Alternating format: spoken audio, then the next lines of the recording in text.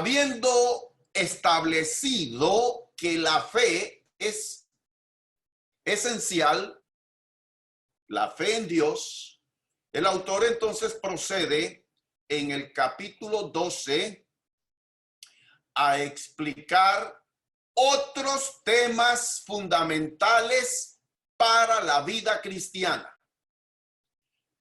Otros temas que vamos a ver en esta tarde. El resumen de la lección de esta tarde, tomada de Hebreos capítulo 12, podemos decir 4 motivos importantes que nos ayudan a enfrentar las dificultades para resistir en tiempos difíciles. Ese es el resumen, esa es la idea central del capítulo 12 de la lección que vamos a compartir todos en esta tarde.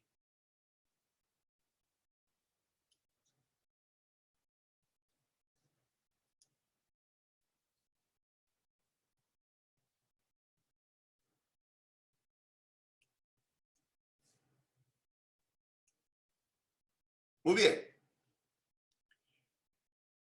Ustedes espero que hayan hecho su tarea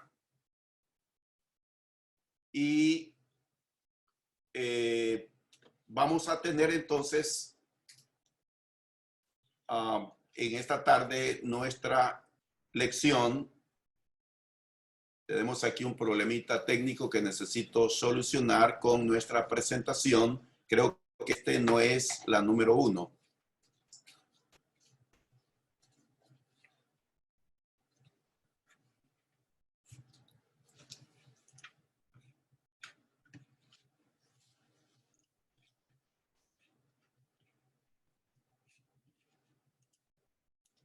Ok, ahora sí, muchas gracias.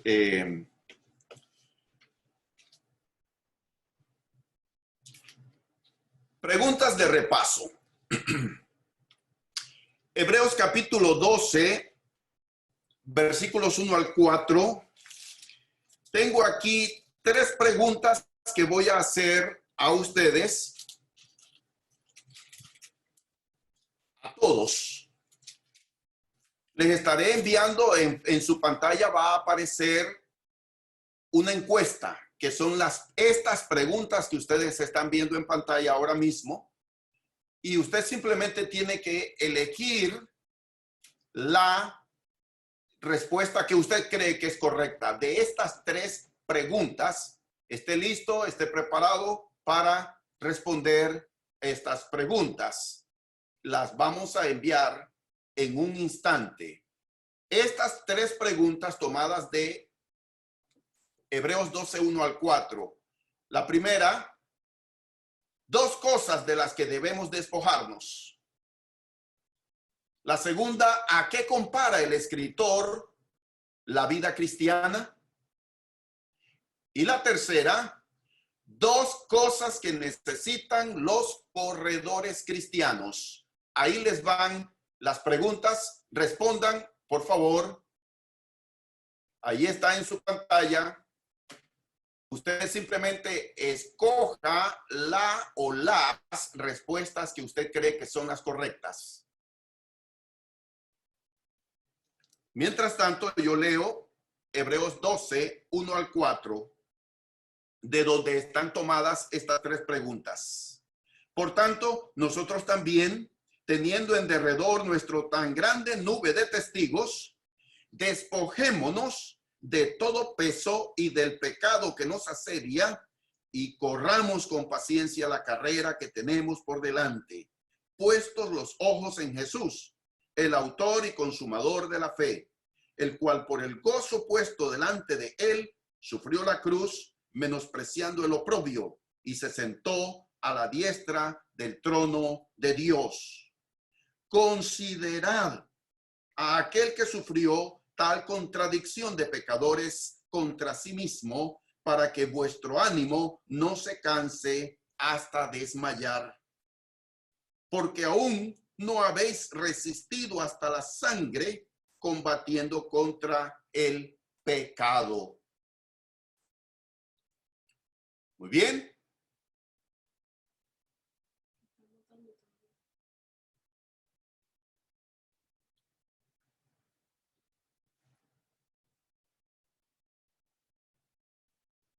Puestos los ojos en Jesús, dice el autor. Como les dije en la introducción, hay unos temas fundamentales que el autor, antes de terminar el libro a los hebreos, él quiere tocar. No quiere que se le quede por fuera ningún asunto o tema relacionado con la vida cristiana.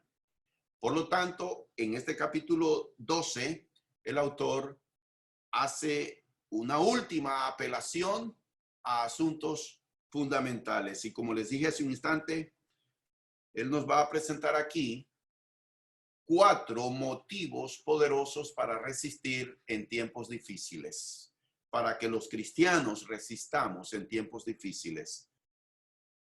Muy bien, ¿cómo estamos?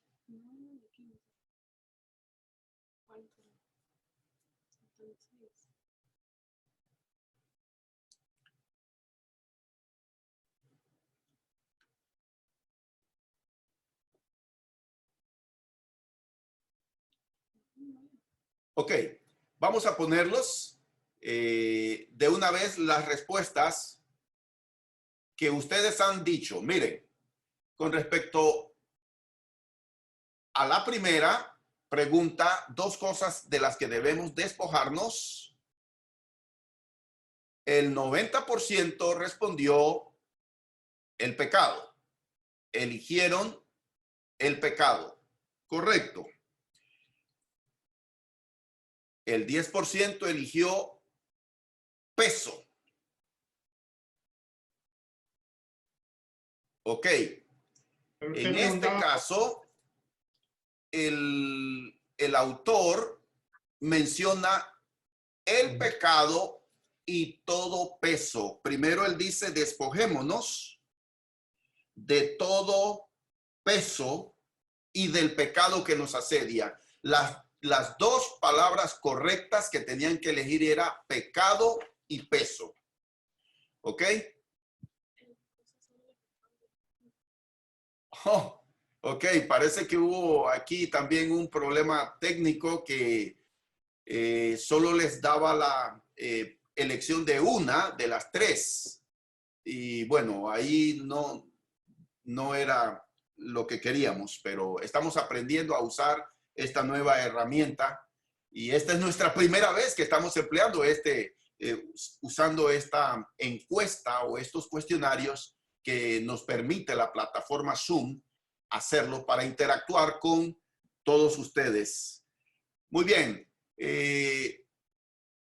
Estaba diciéndoles entonces que la pregunta número 1, 2 cosas de las que debemos despojarnos es todo peso y del pecado que nos asedia. Y quiero explicarles un poquito esto. Miren, el autor dice que debemos los cristianos despojarnos de todo peso y del pecado que nos asedia. Es decir, miren, son 2 cosas diferentes.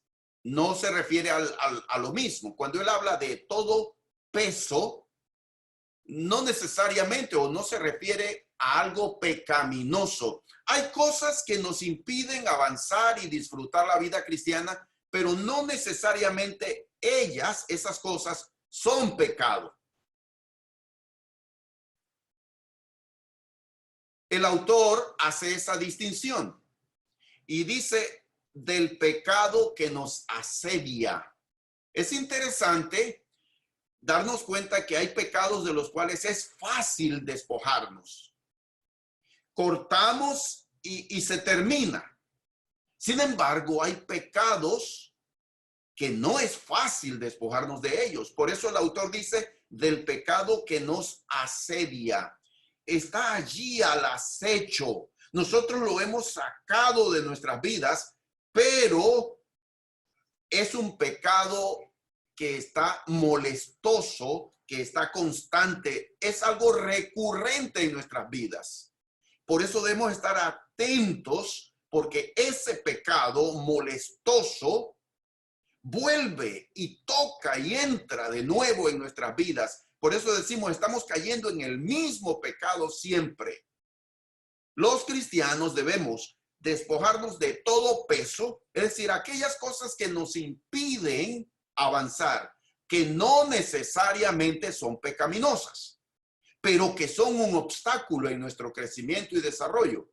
Puede ser alguna amistad que no es buena, algo que nos impida avanzar como cristianos, progresar, madurar, crecer. Y el pecado molestoso, ese pecado que nos asedia. Muy bien, la segunda pregunta, ¿a qué compara el escritor la vida cristiana?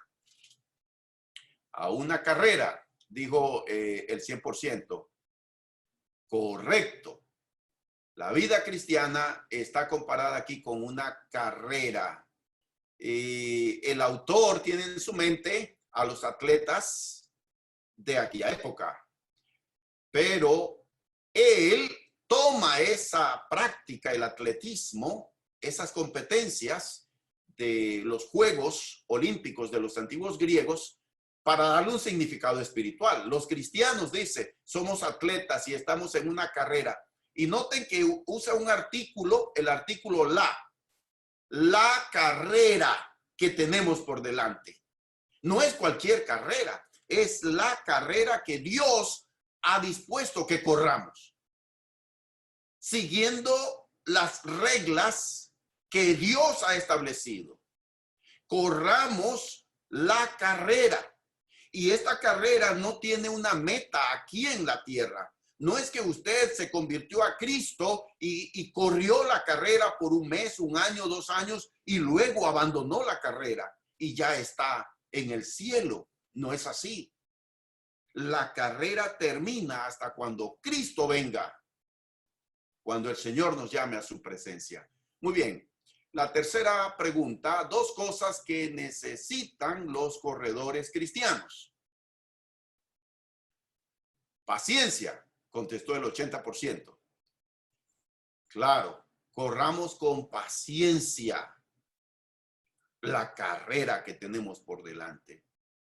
Paciencia significa permanecer bajo la carga pesada. Hay que tener paciencia en este caminar. Muy bien, avanzamos por favor y tenemos entonces la siguiente bloque de preguntas.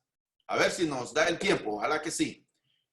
Tenemos entonces Hebreos 12, versículos 5 al 11, y ahí están las 2 preguntas que tenemos para este bloque de Hebreos 2, 5 al 11. La primera pregunta, ¿no valoramos las circunstancias difíciles que pasamos porque nos olvidamos de? Ahí usted tiene que elegir la respuesta que usted considere. Los cristianos deben mirar a la disciplina de parte de Dios como, y leo, y habéis ya olvidado la exhortación que como a hijos se os dirige, diciendo, hijo mío, no menosprecies la disciplina del Señor, ni desmayes cuando eres reprendido por él, porque el Señor al que ama disciplina y azota a todo el que recibe por hijo. Si soportáis la disciplina, Dios os trata como a hijos. ¿Por qué? ¿Qué hijo es aquel a quien el Padre no disciplina? Pero si se os deja sin disciplina, de la cual todos han sido participantes, entonces sois bastardos y no hijos. Por otra parte, tuvimos a nuestros padres terrenales que nos disciplinaban y los venerábamos. ¿Por qué no obedeceremos mucho mejor al Padre de los Espíritus y viviremos? Y aquellos ciertamente por pocos días nos disciplinaban como a ellos les parecía, pero para lo que nos es provechoso, para que participemos de su santidad. Es verdad que ninguna disciplina al presente parece ser causa de gozo, sino de tristeza. Pero después da fruto apacible de justicia a los que en ella han sido ejercitados. Muy bien, espero que respondan ya.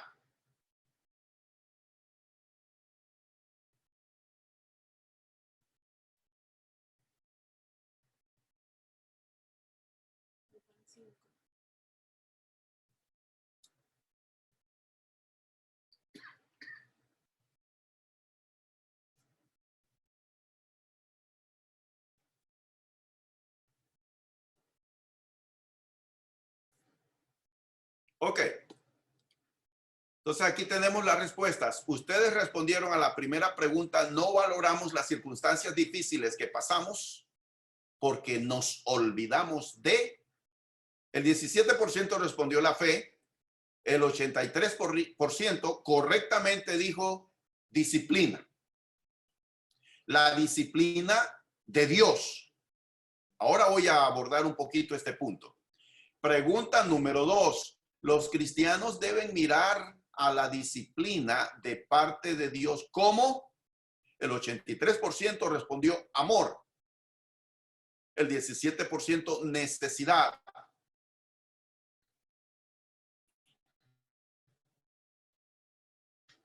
Y nadie respondió propósito.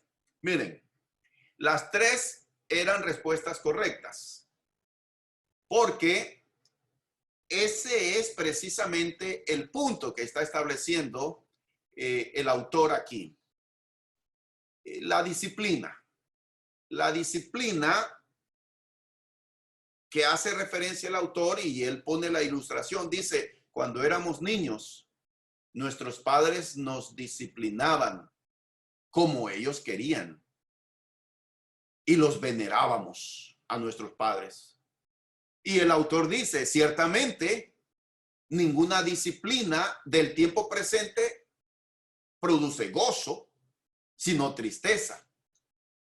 En el tiempo presente, cuando estamos siendo disciplinados, pero a la larga da fruto apacible de justicia.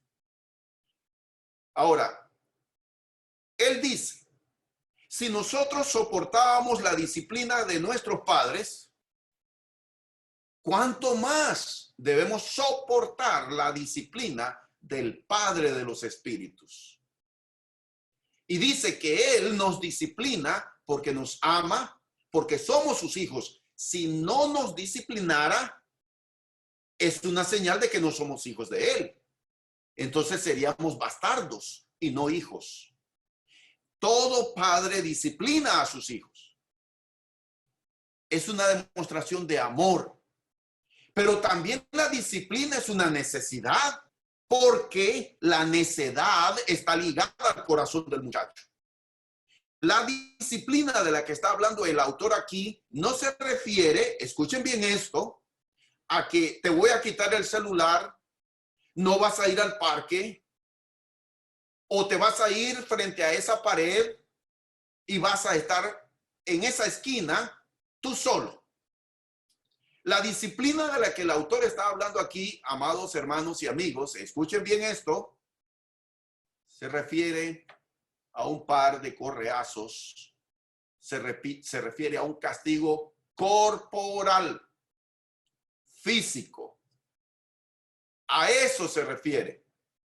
Causa dolor, pero da frutos. Ahora, también dice que Dios cumple su propósito cuando disciplina a sus hijos. Al final, el propósito que Dios quiere es que participemos de su santidad. Noten esto. Dios quiere que participemos de su santidad. Sin santidad nadie verá al Señor. Entonces, disciplina aquí, escuchen bien esto, no es un castigo o un juicio de Dios. Disciplina es instruir, enseñar, entrenar. Continuamos entonces, a ver si avanzamos con el tercer bloque de preguntas. capítulo 12, versículos 12 al 14. Tenemos aquí, ok, primero, en esta solo tenemos una pregunta, nada más, 12 al 14, órdenes que da el autor a sus lectores. Órdenes que da el autor a sus lectores. Por favor, respondan lo más rápido que puedan mientras yo leo. Por lo cual, levantad las manos caídas y las rodillas paralizadas, y haced sendas derechas para vuestros pies, para que lo cojo no se salga del camino, sino que sea sanado. Seguid la paz con todos y la santidad, sin la cual nadie verá al Señor.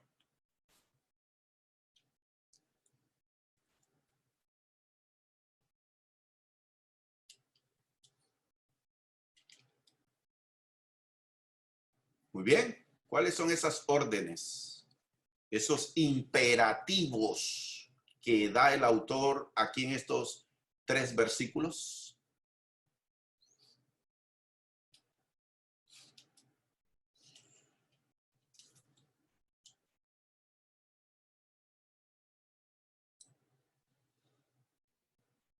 Tiempo. ¿Listos?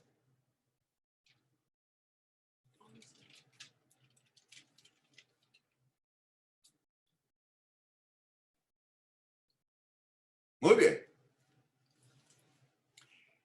El 67% respondió levanten.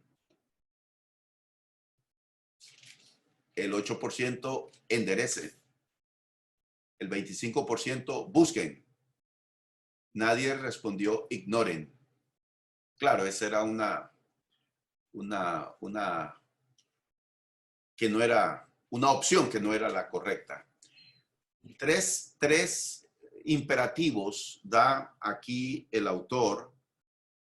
Levanten las manos caídas y las rodillas paralizadas. Enderecen, dice, hagan sendas derechas para vuestros pies. Sigan la paz con todos y la santidad. Entonces, miren, son cosas que debemos hacer todos los días. Cuando él habla de levantar las manos caídas y las rodillas paralizadas, muchos de los intérpretes de la Biblia, estudiosos de la Biblia, dicen que allí hace referencia a la oración.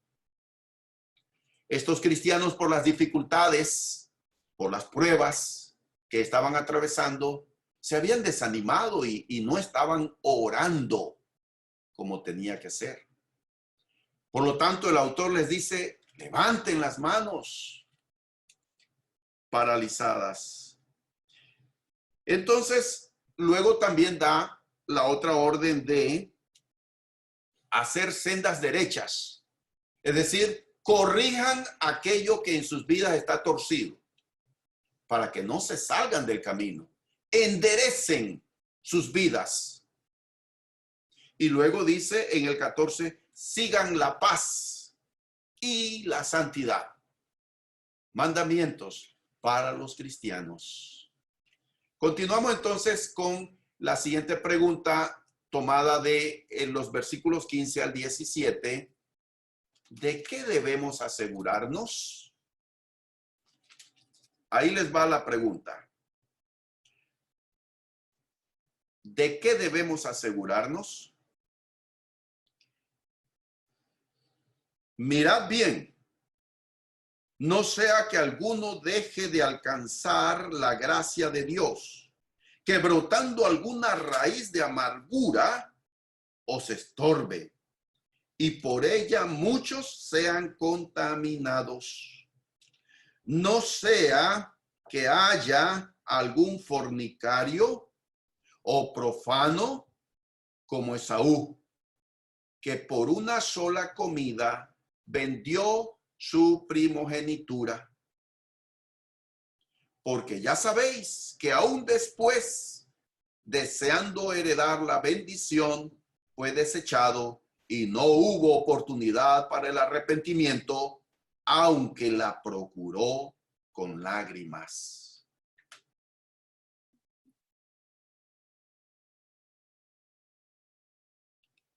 ¿De qué debemos asegurarnos según estos 3 versículos?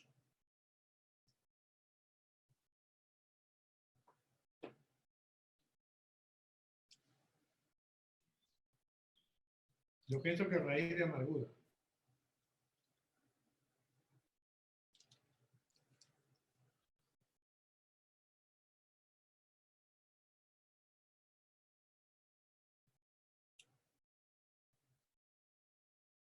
Muy bien. He aquí las respuestas de ustedes. Que ninguno se quede, 45%. Que no haya amargura, 45%. Que no haya fornicación, 9%.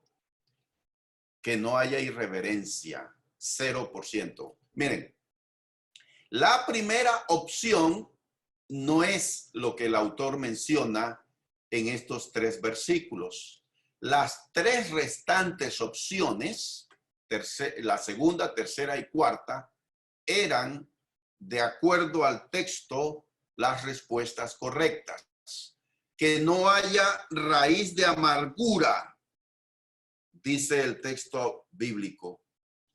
Que no haya, mirad bien, que no sea deje de alcanzar la gracia de Dios, que brotando alguna raíz de amargura os estorbe. La segunda nos dice aquí, no sea que haya algún fornicario. Y la tercera,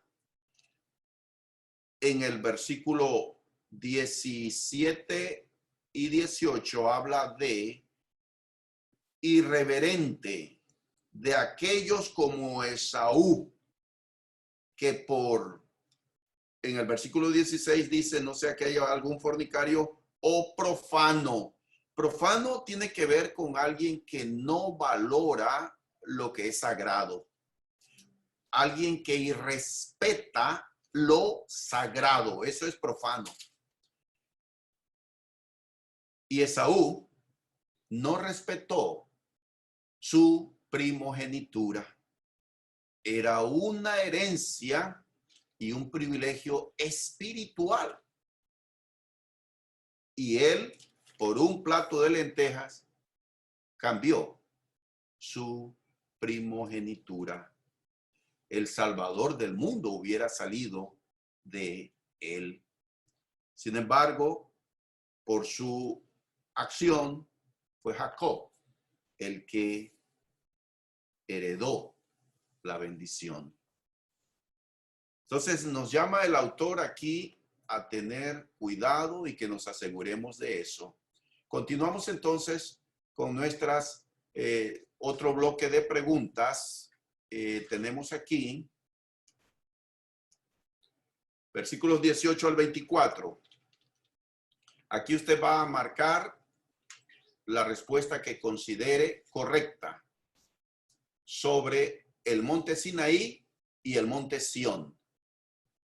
18 al 24 dice, porque no os habéis acercado al monte que se podía palpar y que ardía en fuego, a la oscuridad, a las tinieblas y a la tempestad, al sonido de la trompeta y a la voz que hablaba, la cual los que la oyeron rogaron que no se les hablase más, porque no podían soportar lo que se ordenaba. Si aún una bestia tocare el monte, será apedreada o pasada con dardo. Y tan terrible era lo que se veía, que Moisés dijo, estoy espantado y temblando, sino que os habéis acercado al monte de Sión, a la ciudad del Dios vivo, Jerusalén la celestial, a la compañía de muchos millares de ángeles, a la congregación de los primogénitos que están inscritos en los cielos, a Dios, el juez de todos, a los espíritus de los justos hechos perfectos, a Jesús, el mediador del nuevo pacto, y a la sangre rociada que habla mejor que la de Abel. De todo lo que el autor expresa aquí, he querido en esta pregunta concentrarme en los dos montes. Él dice que no nos hemos acercado a, pero luego expresa allí mismo, nos hemos acercado a. Primero dice, no nos hemos acercado, los cristianos. No nos hemos acercado a esto, a lo otro, pero sí nos hemos acercado. Lo que él quiere es que se inspiren, se motiven de ver en qué terreno estamos pisando, dónde estamos, cuál es nuestro llamado, el llamado de Dios. Y que ese llamado nos inspire a seguir adelante, enfrentando las dificultades. Muy bien.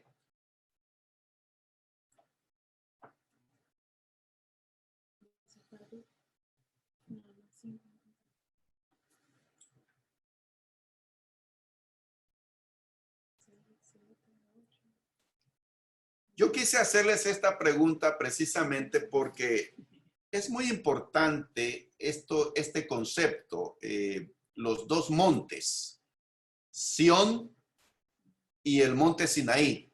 El autor, hablando y escribiéndole a judíos, a cristianos judíos, que están familiarizados con estos dos lugares, no solo con estos dos puntos geográficos, sino con el significado espiritual que tiene Sinaí y Sión. Tienen un significado espiritual. Y yo deseaba entonces que este punto fuese claro en ustedes, en nosotros como estudiantes de la Biblia. ¿Se acuerdan de los dos pactos? El antiguo pacto, el nuevo pacto. Nosotros, la iglesia, estamos bajo el nuevo pacto de nuestro Señor Jesucristo. Y de eso se trata esta pregunta, para afianzarnos en ese conocimiento. Muy bien, las respuestas entonces de los que tengan, vamos con ellas. El 38% dijo, Monte Sión es un lugar en el cielo. No es un lugar en el cielo. Monte Sinaí es donde Dios habló a Moisés. Correcto. Monte Sión representa juicio. No. El Sinaí representa juicio. El monte Sión no, representa salvación, gracia de Dios. Monte Sinaí simboliza condenación. Correcto, un 13% respondió eso. Monte Sión simboliza la gracia. Nadie respondió esta opción. Entonces, el monte Sión es la colina sobre la que está edificada Jerusalén. Estamos hablando geográficamente, aquí en la tierra. Sión es Jerusalén, porque sobre ese monte, la ciudad de Jerusalén se funda, se establece sobre una colina, un monte. Y ese monte se le llama Sión. Recuerden que la iglesia nace en Jerusalén. Hechos capítulo 2. Estaba profetizado. Isaías capítulo 2 profetiza que iba a comenzar en Jerusalén. La gracia y la misericordia se ofrecen en Jerusalén. Hechos capítulo 2, el apóstol Pedro predica el primer mensaje inaugurando la era cristiana. Sinaí es el lugar donde Moisés recibe la ley para los israelitas. Y recuerden que la ley de Moisés nunca fue para ofrecer salvación, sino que era temporal, apuntaba a Cristo. Muy bien, continuamos entonces con la siguiente. Pregunta, hermano. Pregunta tomada de versículos 19 al 29. ¿qué cosas afirma el autor en estos versículos sobre Dios? Vayan contestando de una vez, por favor. Al sonido de la trompeta y a la voz que hablaba, la cual los que la oyeron rogaron que no se les hablase más, porque no podían soportar lo que se ordenaba. Si aún una bestia tocar el monte, será apedreado o pasada por dardo. Y tan terrible era lo que se veía que Moisés dijo: estoy espantado y temblando. Sino que os habéis acercado al monte Sión, a la ciudad del Dios vivo, Jerusalén, la celestial, a la compañía de muchos millares de ángeles, a la congregación de los primogénitos que están inscritos en los cielos, a Dios, el juez de todos, a los espíritus de los justos hechos perfectos, a Jesús, el Mesías del nuevo pacto, el mediador del nuevo pacto, y a la sangre rociada que habla mejor que la de Abel. Mirad que no desechéis al que habla, porque si no escaparon aquellos que desecharon al que los amonestaba en la tierra, mucho menos nosotros si desecharemos al que amonesta desde los cielos, la voz del cual conmovió entonces la tierra, pero ahora ha prometido diciendo: aún una vez y conmoveré no solamente la tierra, sino también el cielo. Y esta frase, aún una vez, indica la remoción de las cosas movibles como cosas hechas para que queden las inconmovibles. Así que, recibiendo nosotros un reino inconmovible, tengamos gratitud y mediante ella sirvamos a Dios agradándole con temor y reverencia, porque nuestro Dios es fuego consumidor. Muy bien, tenemos entonces estas preguntas.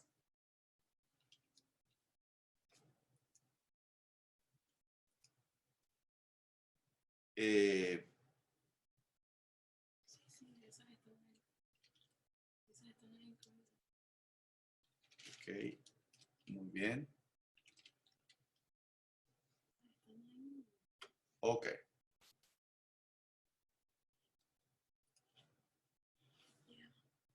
Muy bien, estas son las preguntas que están en este último bloque.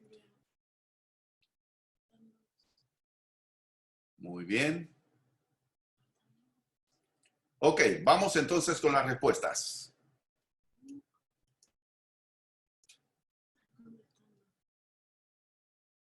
Muy bien. Estas son todas entonces las preguntas. Perfecto.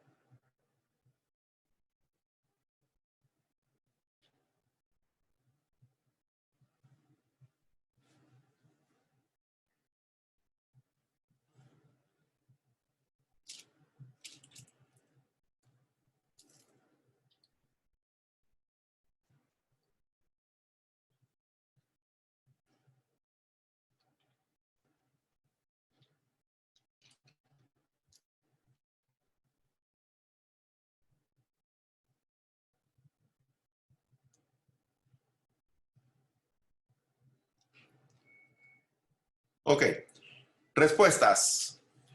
En estos versículos, versículos 25 al 29, ¿qué cosas afirma el autor sobre Dios? Es juez severo, juzgará al mundo, es fuego consumidor. Muy bien. ¿Qué es la santidad? Es una manera de vivir, eligió el 100%. Así es. Esta no es una definición teológica de lo que es santidad, porque si nos fuésemos por ese lado, dando una definición teológica, diríamos que la santidad es la obra que hace Dios en nosotros, perdonando nuestros pecados y separándonos para que le sirvamos a Él. Pero en un sentido práctico, la santidad es la forma de vida, vivir de acuerdo a los principios de Dios revelados en la Biblia, en su palabra. nuestra conducta, nuestra manera de hablar y de comportarnos. Los cristianos vivimos en un camino de santidad, honrando a Dios en nuestra mente, en nuestro cuerpo, en nuestro espíritu, en nuestra alma.